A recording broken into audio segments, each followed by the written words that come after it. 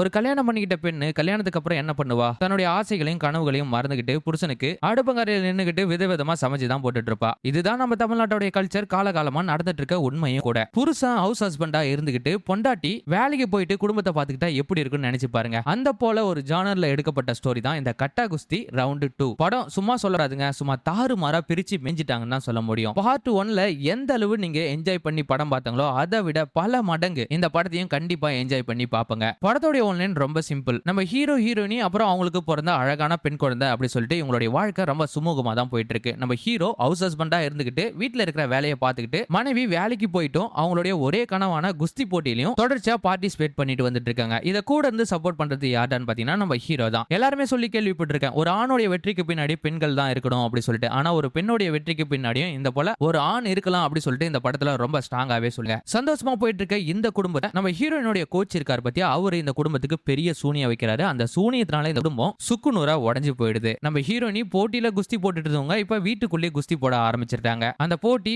ஈகோவா மாற நம்ம ஹீரோ பண்ண ஒரு சின்ன தப்புனால ஹீரோனுடைய ரெஸ்லிங் வாழ்க்கையே பெரிய கேள்விக்குறியா மாறிடுது. இவ்வளவு பெரிய திருப்பம் வரதுக்கான காரணம் என்னன்னு சொல்றதா இந்த படத்தோட மீதி கதையே. இந்த படத்தோட முழு கதையை தெரிஞ்சுக்க மறக்காம நம்ம சேனலை சப்ஸ்கிரைப் பண்ணிட்டு இந்த வீடியோவை ஸ்கிப் பண்ணாத பாருங்க. படத்தோட ஆரம்பத்துல ஒரு ஹவுஸ் ஹஸ்பண்ட தான் காட்டுறாங்க. அவர் வேற யாருமே இல்ல, நம்ம படத்தோட ஹீரோ தான். பொண்டாட்டி ரெஸ்லிங் போட்டியில ஜெயிச்சதுக்கு அப்புறம் அவங்களுக்கு ரயில்வேல ஒரு வேலை கிடைச்சிருக்கு. அந்த வேலைக்கு அவங்க போயிட்டு இருக்காங்க. வீட்ல இருந்து எல்லா வேலையும் பார்த்துக்கிட்டு யார் தான் பாத்தீங்கன்னா நம்ம ஹீரோ தான். பெண்கள் இந்த வேலை தான் செய்யணும், ஆண்கள் இந்த வேலை தான் செய்யணும் அப்படின்றதெல்லாம் தாண்டி தன்னுடைய மனைவிக்காக அவங்களுடைய லட்சியத்துக்காக தன்னுடைய வாழ்க்கையை அர்ப்பணிச்சிருக்காருன்னா பாத்தீங்களா, அந்த அளவு பெருந்தன்மை உள்ள மனுஷன். ஃபர்ஸ்ட் பார்ட்டோட முடிவுலே தெரியும், நம்ம ஹீரோயினி கன்சீவ் ஆயிட்டாங்க. அதுக்கப்புறம் இப்ப நம்ம ஹீரோயினுக்கும் ஹீரோக்கும் ஒரு அழகான பெண் குழந்தை பிறந்திருக்காங்க. அவங்களுக்கு இந்த படத்துல மதின்னு பேரு. சோ குழந்தை பாத்தீங்கன்னா இப்பதான் ஃபர்ஸ்ட் ஸ்டாண்டர்ட் படிக்கிறாங்க. ரெகுலரா நம்ம ஹீரோ தான் குழந்தைய அவங்கள ரெடி பண்ணி கூட்டிட்டு போயிட்டு ஸ்கூல்ல விடுறதும் அவங்கள பாத்துக்கிறதே நம்ம ஹீரோ தான். மனைவிக்கு சாப்பாடு கொடுக்கறதுல இருந்து மனைவியோட துணிமணி துவைச்சு போடுற வரைக்கும் எல்லா வேலைகளையும் இழுத்து போட்டு பாக்குறது நம்ம ஹீரோ தான். நம்ம ஹீரோ வீட்ல இருந்து பொம்பளைங்க செய்யற வேலை எல்லாத்தையும் இழுத்து போட்டு செய்யறதால பக்கத்துல இருக்கிற அபார்ட்மெண்ட்ல இருக்கிறவங்க எல்லாருமே நம்ம ஹீரோக்கு பெரிய ஃபேனா மாறிடுறாங்க. ஆனா பக்கத்து வீட்டுக்காரனுடைய ஹஸ்பண்ட் காரங்க எல்லாமே நம்ம ஹீரோக்கு எதிரியா மாறிடுறாங்க. இவன் பாரு அதை பண்றேன் இதை பண்றேன் அப்படி சொல்லிட்டு பொண்டாட்டி எல்லாத்தையும் வளைச்சு போட்டுவான் நடக்குது அப்படி சொல்லிட்டு அந்த பிளாட்ல இருக்கிற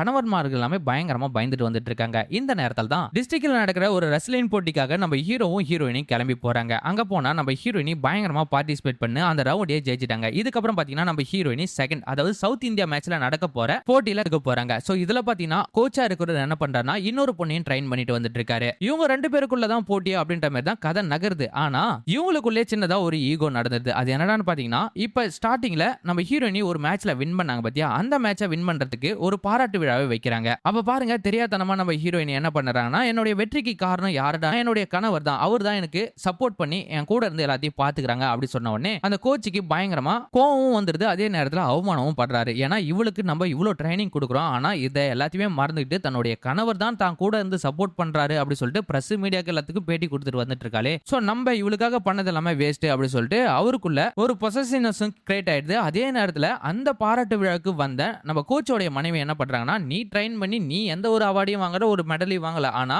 நீ ட்ரைன் பண்ண அவ எல்லா மெடலையும் வாங்கி ஒவ்வொரு போஸ்டிங்கா அவ தாண்டி போயிட்டு இருக்கா, நீ எல்லாம் தண்டம் தான் அப்படி சொல்லிட்டு வீட்டுல கண்ணா பின்னான்னு பேச்சு. அந்த பேச்சை தாங்க முடியாத என்ன பண்றாருன்னா அடுத்த நாள் இவளை எப்படியாவது ஒழிச்சாகணும், அதாவது நம்ம ஹீரோயினி கீர்த்தி இருக்காங்க பாத்தியா, இவளை இந்த ரெஸ்லிங் போட்டியிலிருந்தே மொத்தமா தூக்கணும் அப்படி சொல்லிட்டு ஒரு பிளானை போட்டு வந்துட்டு இருக்காரு. அப்படிதான் நம்ம கோச் வந்து ஒரு பொண்ணை ட்ரைன் பண்ணிட்டு வந்துட்டு இருக்காரு பாத்தியா. சோ இவளை வச்சுதான் அவளை முடிக்கணும். அதே நேரத்துல அவங்க ஹஸ்பண்ட் அண்ட் ஒய்ஃப்குள்ள சின்னதா ஒரு வத்தி குச்சியை கிழிச்சு போட்டா போதும், இவங்களுக்குள்ளே சண்டை வந்து ஹஸ்பண்டே இதுக்கப்புறம் இந்த ரெஸ்லிங் போட்டிக்குள்ளேயே வரக்கூடாது அப்படின்ற அளவு ஒரு கிரிட்டிக்கலான மைண்டோட இவங்களை பிரிக்கிறதுக்கான முயற்சியில ஈடுபட்டு வந்துட்டு இருக்காரு நம்ம கோச். இந்த சைடு பார்த்தா நம்ம ஹீரோயினி ஸ்கூலுக்கு கூட்டிட்டு போறதும் வீட்டுல வந்து சமைக்கிறதும் அதே வேலையா இருக்காரு. சோ இப்ப பாத்தீங்கன்னா ஸ்கூலுக்கு ஒரு நாள் ப்ரோக்ரஸ் கார்டுக்கு சைன் பண்றதுக்காக நம்ம ஹீரோ போறாங்க. அங்க போய் பார்த்தா நம்ம குட்டி பொண்ணு இருக்காங்க பாத்தியா மதி, அவங்களுக்கு இந்த படிப்பு மேல பெருசா எதுவும் இன்ட்ரெஸ்ட் இல்ல. ஸ்கூல் போனோமா ஜாலியா என்ஜாய் பண்ணமா விளையாட்டா பேசணுமா அப்படி சொல்லிட்டு வீட்டுக்கு வருது. சோ ப்ரோக்ரஸ் கார்டை பார்த்து தெரிய வருது எல்லா சப்ஜெக்ட்லயும் மதி ஃபெயில் ஆயிருக்காங்க அப்படி சொல்லிட்டு பயங்கரமா டீச்சரும் பிரின்சிபலும் கண்டிக்கிறாங்க. ஆனா அப்பா ஒரு வார்த்தை கூட கேட்கல, உனக்கு பிடிச்சத பண்ணணும் சொல்லிட்டு நிறைய அப்ரிஷியேட் தான் பண்ணிட்டு வந்துட்டு இருக்காரு. மதி சரியா படிக்கிறது இல்ல அப்படி சொல்லிட்டு அவங்க அம்மா கிட்ட ஷேர் பண்றது இல்ல நம்ம ஹீரோ. நம்ம கீர்த்தி இருக்காங்க பத்தியா, நம்ம மதியை பத்தி எந்த ஒரு கவலையுமே படுறது இல்ல. தன்னுடைய கணவர் நம்மளே எப்படி பாத்துக்கிறானா பெத்த புள்ளி எப்படி பாத்துக்காரு அப்படி சொல்லிட்டு ஒரு நம்பிக்கை அவங்களுக்குள்ள. சோ இப்படியே நாட்களும் நகர்ந்து போயிட்டு இருக்கு. தினமும் நம்ம ஹீரோ வந்து மதிய ஸ்கூல்ல கூட்டு போய் விடும்போது அங்க பாத்தீங்கன்னா புதுசா ஒரு டீச்சர். சோ அந்த டீச்சர் வேற யாருமே இல்ல, ஒரு மலையாளத்து பெண் குட்டி தான். நம்ம ஹீரோ தான் மலையாளத்து பெண் கொஞ்சம் வீக்னஸ் இருக்குல்ல, அது மட்டும் இல்லாத தலைமுடி நிறைய இருந்தாலே அவருக்கு பெரிய வீக்னஸ். டீச்சரை பார்த்தா அந்த சந்தோஷத்துல நம்ம ஹீரோவும் கிளம்பி போயிடுறாரு. திடீர்னு பார்த்தா நம்ம ஹீரோக்கு மதியோடைய ஸ்கூல்ல இருந்து ஒரு ஃபோன் கால் வருது. ஸ்கூலுக்கு கிளம்பி போறாரு. என்ன பிரச்சனைன்னு பாத்தீங்கன்னா நம்ம மதி இருக்காங்க பத்தியா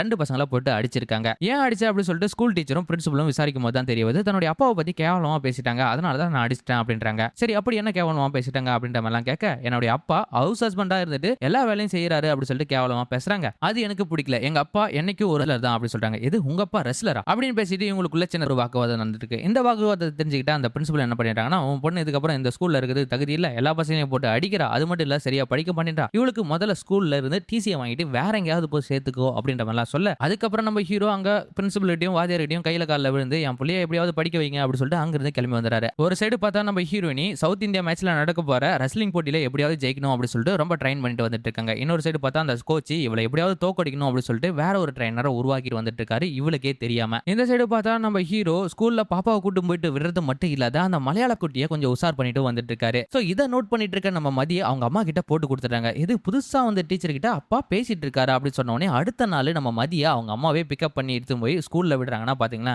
அப்பதான் அந்த டீச்சரை பத்தி விசாரிக்க ஆரம்பிக்கிறாங்க. சோ இப்படி இருந்தா கண்டிப்பா என் புருஷங்காரன் விழுந்துருவான் தான், இதுக்கப்புறம் நானே மதிய ஸ்கூல்ல விட்டுருவேன் அப்படின்ற மாதிரிலாம் சொல்லிக்கிட்டு நம்ம ஹீரோயினையும் மதிய ஸ்கூலுக்கு கூட்டிட்டு போறாங்க. அப்படி போகும்போது தான் ஒரு விஷயமே அவங்களுக்கு தெரிய வருது. அது என்னன்னு பாத்தீங்கன்னா, நம்ம மதி வந்து ஸ்கூல்ல சரியா படிக்கிறது இல்லனோ அங்க பயங்கரமா சண்டை போடுறானோ அவங்க பிரின்சிபலும் டீச்சரும் பயங்கரமா கம்ப்ளைண்ட் பண்றாங்க. சோ இவ்வளவு நாளா இது என்கிட்ட என் ஹஸ்பண்ட் சொல்லவே இல்லையே அப்படின்னு சொல்லிட்டு இந்த சைடு கோவமா கிளம்பி வந்த நம்ம ஹீரோயினி ஹீரோ கிட்ட பயங்கரமா சண்டை போடுறாங்க. சோ நமக்கு என்ன முக்கியம், ஃபர்ஸ்ட் நம்ம பொண்ணோட படிப்பு தான், அவ சரியா படிக்க கூட மாட்டேன்றா, ஆனா இதெல்லாமே நீ என்கிட்ட சொல்லவே இல்லை அப்படின்ற மாதிரிலாம் கேட்க, சோ இன்னும் கொஞ்சம் நல்லா கொஞ்சம் கொஞ்சமா படிக்க ஆரம்பிச்சிரும் அப்படின்ற மாதிரிலாம் நம்ம ஹீரோவும் சொல்றாரு. இன்னைக்கு பாத்தீங்கன்னா நம்ம மதியோட ஸ்கூல்ல ஆனுவல் டேக்கு எல்லா பசங்களும் எல்லா போர்ட்ஸ்லயும் கலந்துக்கிட்டு பிரைஸ் எல்லாம் வாங்கிட்டு இருக்காங்க. ஆனா நம்ம ஹீரோயினோட பொண்ணு மட்டும் எந்த போட்டியிலுமே கலந்துக்காத, எந்த பிரைஸும் வாங்கல. அப்பதான் நம்ம ஹீரோவை பார்த்து கேக்குறாங்க, எல்லா பசங்களும் பிரைஸ் ஏதாவது வாங்குறாங்க, நம்ம பொண்ணு ஏன் எதுவுமே வாங்கல அப்படின்ற மாதிரிலாம் கேட்க, அப்பதான் நம்ம ஹீரோ உனக்கு ஒரு சர்ப்ரைஸ் இருக்கு அப்படின்ற மாதிரிலாம் சொல்ல, என்னடா சர்ப்ரைஸ் அப்படின்னு சொல்லிட்டு வெயிட் பண்ணி பார்த்தா தான் தெரிய வருது நம்ம ஹீரோயினியோட பொண்ணு மதி இருக்காங்க பத்தியா, அவங்களுக்கு டான்ஸ் மேல பயங்கர அப்படி போடு இப்படி போடு அப்படின்ற சாங்குக்கு பயங்கரமா பர்ஃபார்மன்ஸ் பண்றாங்க. எல்லாரும் கையை தட்டி ரொம்ப ரசிச்சு பாக்குறாங்க. ஆனா இதை பார்த்த நம்ம ஹீரோயினி கீர்த்திக்கு மட்டும் சுத்தமா பிடிக்கவே இல்லை. ஒரு ரெஸ்லிங்கோட பொண்ணு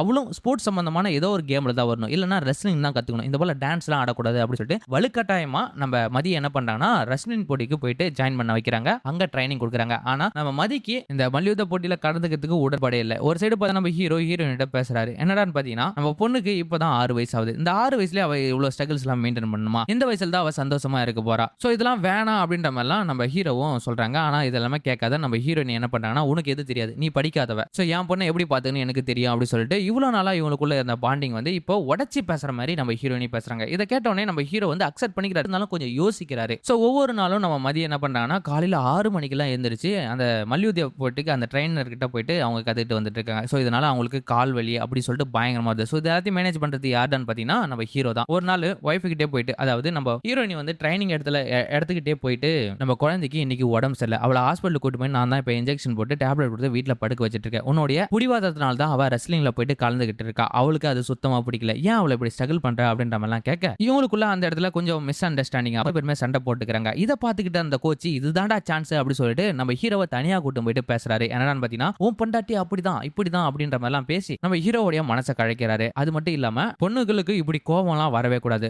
அவளுக்கு பயங்கரமான ஸ்ட்ரெஸ் இருக்கத்தால் தான் அவளுக்கு இவ்வளவு கோவம் வருது, அதனால எனக்கு தெரிஞ்ச ஒரு சைக்காட்டிஸ்ட் இருக்காங்க, அவங்க கிட்ட கூட்டிட்டு போனா இவளுடைய ஸ்ட்ரெஸ் கொஞ்சம் கம்மியாகும், அதுக்கப்புறம் ஃபேமிலியோட என்ஜாய் பண்ணிட்டு என்டர்டைன்மெண்டா அவங்களும் இருப்பாங்க அப்படின்ற மாதிரிலாம் சொல்ல, அதுக்கப்புறம் நம்ம ஹீரோயினுக்கே தெரியாத அந்த சைக்காட்டிஸ்ட கூட்டிட்டு போறாங்க. அங்க போயிட்டு நம்ம ஹீரோயினி சும்மா இல்ல என்ன ஏமாத்தி கூட்டிட்டு வந்த அப்படி சொல்லிட்டு அந்த சைக்காட்டிஸ்ட போட்டு அடிச்சிட்டு நம்ம ஹீரோ கிட்ட பயங்கரமா சண்டை போட ஆரம்பிக்கிறாங்க. அது மட்டும் முடியல, இன்னொரு பிரச்சனையும் ஸ்டார்ட் ஆகுது. அதாவது நம்ம கோச் இன்னும் 2 நம்ம ஹீரோக்கு நிறைய பாயிண்ட்ஸ் எல்லாமே எடுத்து கொடுக்குறாங்க. அப்பதான் ஒரு நாட்டு மருத்துவரை சந்திச்சு அவங்க கொடுக்குற நாட்டு மருந்தை சாப்பிட்டா அவருடைய கோவம் எல்லாமே கம்மியாகும் அப்படின்ற மாதிரிலாம் கேட்க, நம்ம கோச்சும் ஒரு மருத்துவரை காட்டி விடுறாரு. அந்த மருத்துவர்கிட்ட போயிட்டு நம்ம ஹீரோ என்ன பண்றாருன்னா கோவத்தை கண்ட்ரோல் பண்ற மாதிரி என்ன மருந்து இருக்கு அப்படின்ற மாதிரிலாம் கேட்டு மருந்து வாங்கி வந்து தினமும் நம்ம ஹீரோயினுடைய சாப்பாட்டுல கலந்து கொடுக்குறாரு. அதுக்கப்புறம் நம்ம ஹீரோயினி அவருடைய அந்த ரெஸ்லிங் போட்டியில சரியா ஃபோக்கஸ் பண்ண முடியல, தினமும் டயர்டாகி தூங்கிடுறாங்க, அவங்களால ஆரம்ப காலத்துல இருந்த மாதிரி இருக்க முடியல. சோ இதெல்லாம் பாக்குற நம்ம ஹீரோக்கு நம்ம ஒய்ஃப் வந்து அந்த ரெஸ்லிங்குள்ள ஃபுல்லா ஃபோக்கஸ் பண்ணாத நம்ம கூட டைம் ஸ்பெண்ட் பண்றா, அது மட்டும் இல்லாத குழந்தையோட ஜாலியா என்ஜாய் பண்றா அப்படி சொல்லிட்டு அவருக்குள்ள ஒரு சந்தோஷம். ஆனா இது எல்லாமே கோச் பண்ற வில்லங்கத்தனம் அப்படி சொல்லிட்டு நம்ம ஹீரோக்கு தெரியாது. சோ இதெல்லாமே தெரியாதான் தன்னுடைய மனைவியோட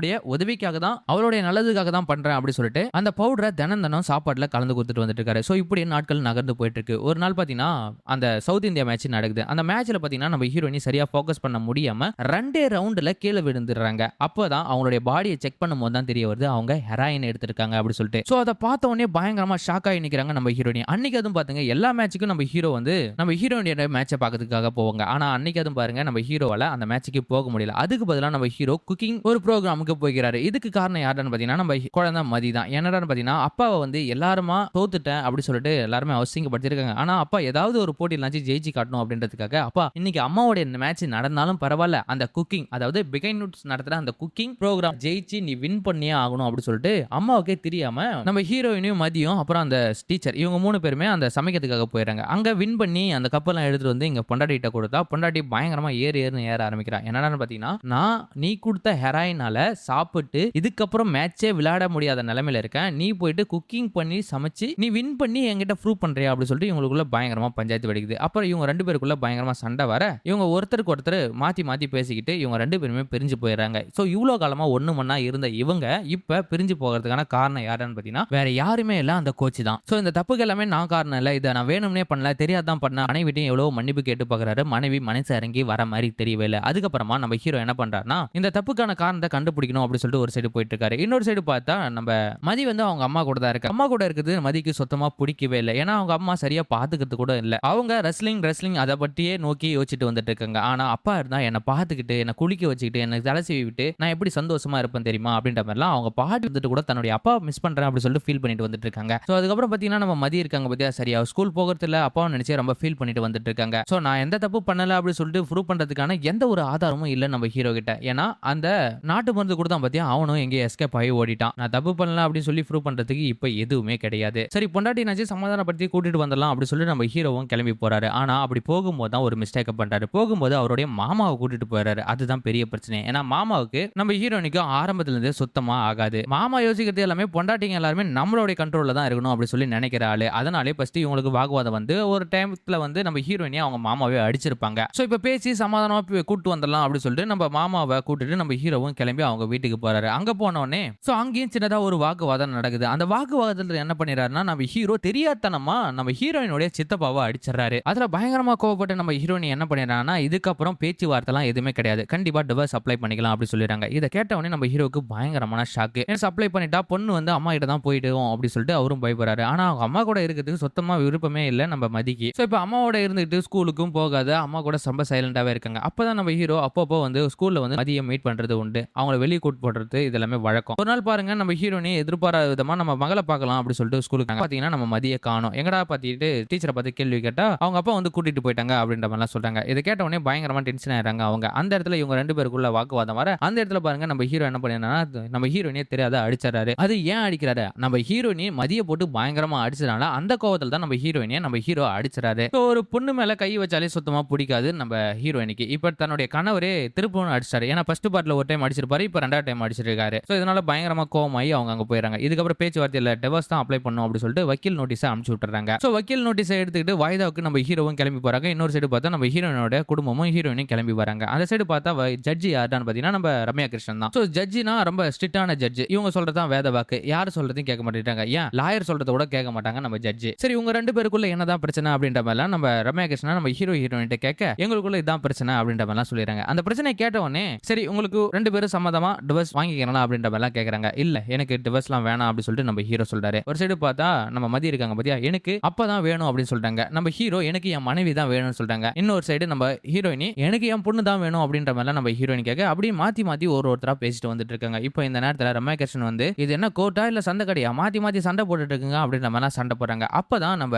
ஹீரோவுடைய மாமா இருக்காரு பத்தியா நம்ம கருணாஸ் அவர் வந்து வீராப்பா பேசுறாரு. அதாவது பெண்கள் எல்லாமே எங்களுக்கு கீழே தான் அப்படின்ற மாதிரி அவர் பேசுறாரு. அப்பதான் சரி நீ இந்த மாதிரி எல்லாம் பேசுறியா, திருப்பணு வா குஸ்தி போட்டி வச்சுக்கலாம், அதுல யார் ஜெயிக்கிறாங்களோ அவங்க கிட்ட பொண்ணு இருக்கட்டும் அப்படின்ற மாதிரி சொல்றாங்க. எது திருப்பணு கணவன் மனைக்குள்ள சண்டையா, அதாவது செகண்ட்ல இதுக்கப்புறம் சண்டையே போடக்கூடாது அப்படின்னு சொல்லி முடிவு எடுத்தாங்க. ஏன்னா ஃபர்ஸ்ட் பார்ட்டோட எண்ட்ல இவங்க 2 பேருமே சண்டை போட்டு அந்த நேரத்தில் தான் நம்ம ஹீரோயினி கன்சீவ் ஆயிட்டாங்க. அதுக்கப்புறம் தான் இப்ப அழகான மதின்ற ஒரு குழந்தை பிறந்துச்சு. சோ அதுக்கப்புறம் ஒரு ஹவுஸ் ஹஸ்பண்டா இருந்துட்டு நம்ம ஹீரோ எல்லாத்தையும் பாத்துட்டாரு. இப்போ இந்த குழந்தை வேணும்னா அதாவது யார்கிட்ட இருக்கணும் சொல்லி முடிவு பண்ணணும்னா இவங்க 2 பேருக்குள்ள சண்டை போட்டாதான் முடியும் அப்படின்ற மாதிரி ஒரு பஞ்சாயத்துக்கு வராங்க. அவங்க நம்ம மதி அதாவது அந்த குழந்தை என்ன சொல்லுதுன்னா அப்பா பக்கம் தான் சப்போர்ட்டா நிக்குது. அதாவது அப்பா மட்டும் இந்த போட்டியில ஜெயிச்சிட்டாருன்னா நான் அப்பா கூட இருப்பேன், நீயும் அப்பா கூட தான் இருக்கணும் அப்படின்ற மாதிரி லாக் பண்ணிடுது. சரி ஓகே அப்படின்ற மாதிரி போட்டியை ஸ்டார்ட் பண்ணலாம் அப்படின்றாங்க. இப்போ நம்ம ரம்யா கிருஷ்ணன் தலைமையில் தான் இந்த போட்டியை ஸ்டார்ட் பண்ண போறாங்க. ஒரு படத்தை தியேட்டர்ல போய் பார்க்கறதுக்கு எவ்வளவு ஆர்வம் காட்டுறாங்களோ அதே போல கணவன் மனையோட சண்டைனா பார்க்கறதுக்கு அவ்வளவு ஆர்வம் இங்க இருக்கிற மக்களுக்கு. இப்படி ஃபைட்டை பார்க்கறதுக்கு ஒரு ஊரே திரண்டு வருது. அதை வியாபாரமா மாத்தலாம் அப்படின்னு சொல்லிட்டு நம்ம கருணாஸ் என்ன பண்றாருன்னா எல்லாருக்கும் டிக்கெட் 100 ரூபாய் கொடுத்து அந்த ஸ்டேடியத்துக்குள்ள உள்ள அனுப்புறாங்க. ஒரு சைடு பார்த்தா நம்ம ஹீரோ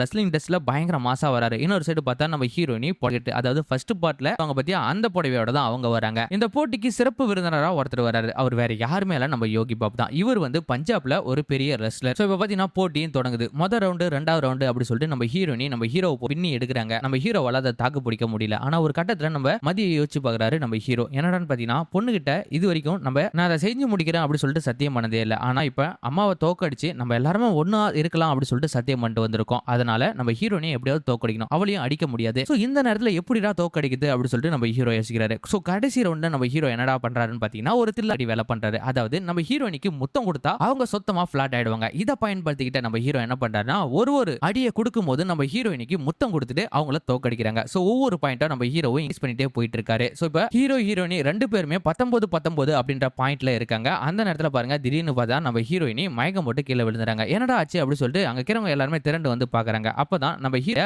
பாட்டி வந்து பெருசா எதுவும் பிரச்சனை இருக்காது, நான் செக் பண்ணி பாக்குறேன் அப்படி சொல்லிட்டு அவங்கள கையை பிடிச்சி அவங்க நாடியை செக் பண்ணி பாக்குறாங்க. அப்பதான் தெரிய வருது நம்ம ஹீரோயினி மீண்டும் கன்சீவா இருக்காங்க. சோ இதை கேட்ட உடனே அங்க இருக்கிறவங்க எல்லாருமே பயங்கரமா ஷாக் ஆகி நிக்கிறாங்க. அதாவது கட்டால வந்து ஆக்கணும் மொத ஆளு நீ தாண்டா, சண்டை போடுற இடத்துல கூட எப்படா இப்படி பண்ற அப்படின்ற மாதிரி நம்ம யோகி பாபு ஹீரோ பார்த்து கலாய்க்க ஸ்டார்ட் பண்ண ஒரு வருஷத்துக்கு அப்புறம் தான் காட்டுறாங்க நம்ம ஹீரோயினுக்கு அழகான 2 ட்வின்ஸ் குழந்தைங்க பிறந்திருக்கு. நம்ம மதி பாத்தீங்கன்னா அப்பா கிட்ட ஒரு பாப்பா குட்டி தான் கேட்டிருப்பாங்க. ஆனா இப்ப 2 பாப்பா குட்டியா வந்துச்சு அப்படி சொல்லிட்டு அவங்களும் சந்தோஷப்படுறாங்க. இப்ப பாத்தீங்கன்னா நம்ம ஹீரோயினி நம்ம ஹீரோ கிட்ட ஒரு சத்தியம் வாங்குறாங்க. அதாவது எக்காரணத்தை கொண்டு நம்ம இதுக்கப்புறம் சண்டை போடக்கூடாது அப்படி சொல்லிட்டு நான் அப்போ சொன்னதா இப்பயும் உனக்கு என்ன வேணாலும் பண்றதுக்கு ரெடியா இருக்கேன், நீ போயிட்டு உன்னுடைய பேஷனை பாரு, நான் குழந்தைகளை பாத்துக்கிறேன் அப்படின்ற மாதிரி ஒரு ஹோப்பை கொடுக்குறாரு. அத்தோட இந்த படத்தோட கதையும் முடிக்கிறாங்க. இந்த படத்துல ரொம்ப சிம்பிளா சொல்ல வருது என்னன்னு பாத்தீங்கன்னா ஒரு பெண் அடுப்பலையில இருந்து மட்டும் கஷ்டப்படுறதுக்காக உருவாக்கப்பட்டவ இல்ல. இவங்க இன்னார் இந்த வேலை தான் செய்யணும் அப்படின்றது எதுவுமே கிடையாது. யார் வேணாலும் எதுக்காக என்ன வேணாலும் வேலை செய்யலாம் அப்படின்னு சொல்லிட்டு ரொம்ப அழகாவே சொல்லியிருக்காங்க. சோ இந்த படத்தோட கதை உங்களுக்கு பிடிச்சிருந்தா மறக்காம நம்ம சேனலை சப்ஸ்கிரைப் பண்ணுங்க, பக்கத்துல இருக்க பெல் பட்டனை பிரஸ் பண்ணிடுங்க.